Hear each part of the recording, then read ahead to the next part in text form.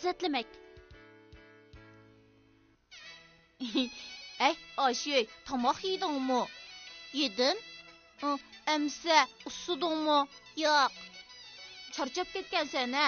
Mo'rangni o'lab qo'yaymi? Hay, omu, qiziq qolmagan sana. Bugun meni hajab izzatlab ketding, ha? Bizning maktabdagi qo'shkizaklarni qandoq taniysan? Qaysi qo'shkizaklarni? Hozir izzatlash deding-ku. Yiliqi qo'shkizaklarning ismimi izzatlash degan so'zidagi Biguq, Bijing edi. Hay, mening davatqinim bir idiyom. Sana so'zlab beray, ya? Bo'lamdi. Joyi G'arbiy Jou sulolasining oxirgi podshohi bo'lib, bakmu hamoqat va chirik ekan. Milodidan burunqi 779-yili Bao bayligi uningga Baosu ismli bir nozinni sovg'a qilibdi. Xon uningga borgan seri amroq bo'lib ketibdi. Go'zalim, ularning usulini yoqtirdingizmi? Yoqtirdim. Amisa, ajab kulmaysiz-ku. Qiziq kalla, ajiba usul o'ynaganmi kulamdi? Amsa, niyingiz bor? Osmonda uchayotgani bo'lamdi, dengizda uzayotgani bo'lamdi. Faqat sizning yegingiz bo'lsa, hozirla akeltirib beraman.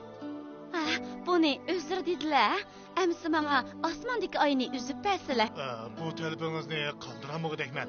Biroq menda har xil tamlik oy to'qash bor. Faqat sizning yegingiz bo'lsa, men Yo'q, mening oy to'qach emas, oyni yegim bor. Sizlar doim menga oy mening yuragimga vakillik qiladi deydilar-ku. Men dal sizning yuraklarini yemoqchi. Siz bak chaqchaqchimi? Joyi podshoh Baosini jinidanmi aziz ko'rdigan. Uni xushal qilish uchun har qanday ishni qilishdan yanmaydi ekan. Keyin Baosi xondan bir o'g'il tug'ibdi. Uningga Bofu deb ism qo'yibdi. Xon shu hamon Baosini xonish qilib tayinlabdi. Hamda aslidagi valiahdi Yejuni amaldan qoldirib, uning o'rniga Bofuni valiahdi qilibdi.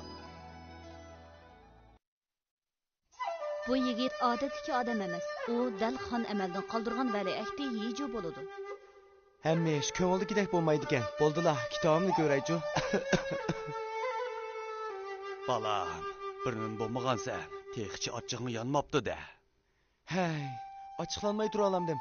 Davlatning kelajagi va o'zimning taqdirini o'ylasamla, ko'nglim yerim bo'ladi. Qara seni, kichikini turib o'ylaydiganing nimancha ko'p sening.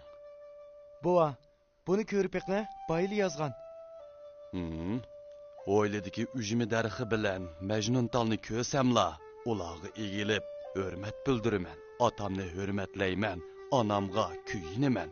Yaxshi yezibsan. Hey tangrim, ular meni tuqquni bilan, xon otam kun bo'yi yeliq ayol bilan aysh ishratda yuriyotdi. Men bag'li gangrabli qoldim. Hey, balam, ko'nglingni yerim qilma. Buning amalini o'zim qilaman.